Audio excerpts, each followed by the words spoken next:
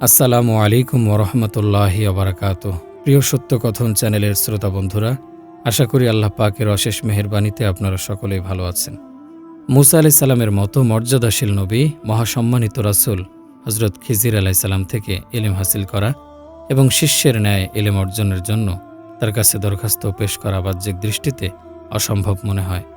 বাস্তবতার অগভীর চিন্তাশীলগণের নিকট তার মর্যাদাহানি হয়, কারণ মুসা আলাইহিস সালামের অত্যন্ত মর্যাদাপূর্ণ নবুয়ত ও রিসালাতের ব্যাপারে কোনো মতবিরোধ নেই। পক্ষান্তরে হযরত খিজির আলাইহিস সালামের নবুয়ত প্রাপ্তি সর্বজন সমর্থিত নয়। এজন্য কতিপয় আলেম বলেন, খিজির আলাইহিস সালাম এর শিষ্যত্ব গ্রহণের হুকুমপ্রাপ্ত মুসা বনী ইসরায়েলের প্রসিদ্ধ নবী রাসূল মুসা বিন ইমরান নন, বরং তিনি হলেন ইউসুফ বিন ইয়াকুবের পুত্র মুসা। মুসা বিন মিশা বিন ইউনুস, তাকেই হযরত খিজির আলাইহিস সালাম থেকে জ্ঞানার্জনের আদেশ করা হয়েছিল। তিনি খিজির আলাইহিস সালামের তালাশে বের হয়েছিলেন। তার জীবনকাল ছিল বনী ইসরায়েলের মুসা আলাইহিস সালামের অনেক পূর্বে। মুসা আলাইহিস সালাম অত্যন্ত প্রসিদ্ধ এবং মর্যাদাবান নবীগণের অন্তর্ভুক্ত। ফেরাউন ও কারণ ডুবে মরা, হাতের লাঠি সরীসৃপ হওয়া, হস্ত মোবারকে শুভ্রতা প্রকাশ পাওয়া ইত্যাদি অসংখ্য অলৌকিক বিষয় মৌজিজা তাকে দান করা হয়েছিল। তাওরাত প্রাপ্ত হয়ে বনী ইসরায়েলের প্রতি নবীরূপে প্রেরিত হন। তিনি গধূম বর্ণের, মধ্যম আকৃতির কিন্তু লম্বাটে গঠনের মানুষ ছিলেন। 120 বছর জীবিত ছিলেন। সবিশেষ প্রসিদ্ধির দরুন তার অবস্থা নিয়ে অধিক আলোচনার প্রয়োজন নেই। কোনো কোনো বর্ণনা মতে তিনিও সমকালের নবী ছিলেন, কিন্তু এই বক্তব্য সঠিক নয়। কেননা মুসা আলাইহিস সালাম আল্লাহ তাআলার নৈকট্যশীল, মর্যাদাপূর্ণ বিশেষ নবী ও কালিমুল্লাহ ছিলেন, সম্পূর্ণ সত্য।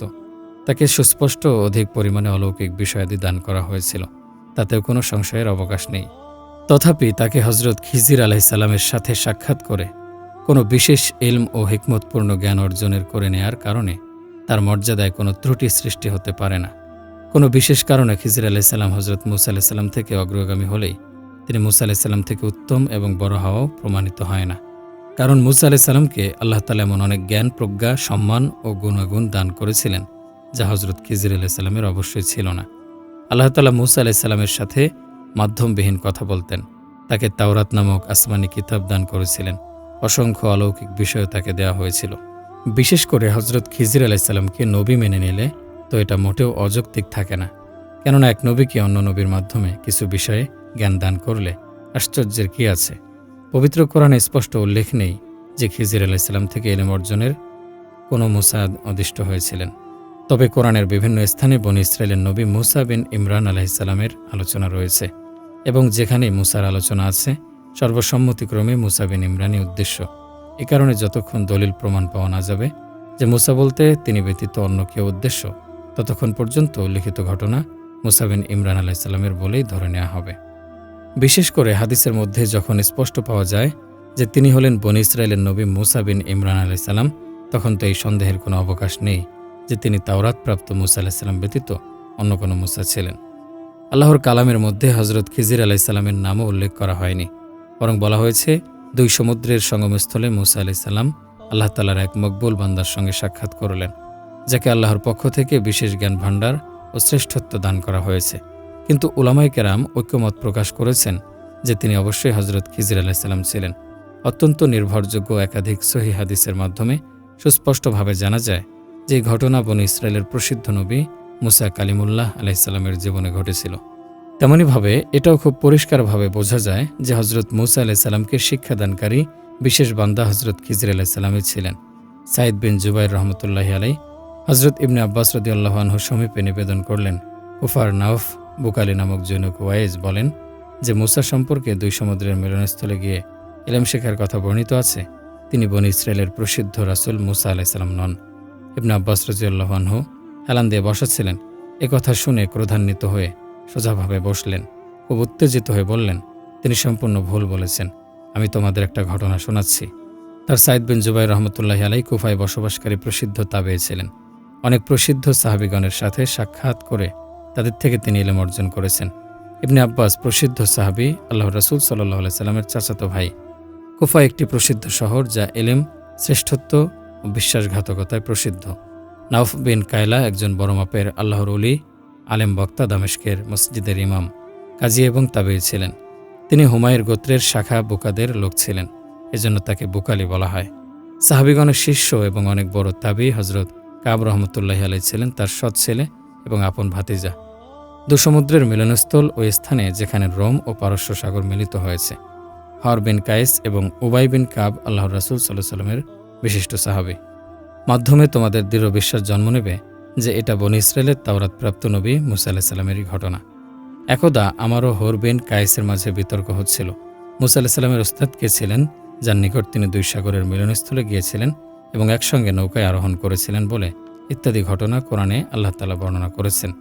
ইতিমধ্যে সামনে দিয়ে উবাই বিন কাব রাদিয়াল্লাহু আনহু যাচ্ছিলেন। আমি উচ্চ আওয়াজে তাকে ডেকে বললাম, আমারও হর বিন কায়েসের মাঝে মতানৈক্য হয়েছে। আপনি যদি আল্লাহর রাসূল সাল্লাল্লাহু আলাইহি সাল্লাম থেকে এ বিষয়ে কিছু শুনে থাকেন যার মাধ্যমে মতবিরোধ দূর হয়ে যায়, তাহলে তা বর্ণনা করুন।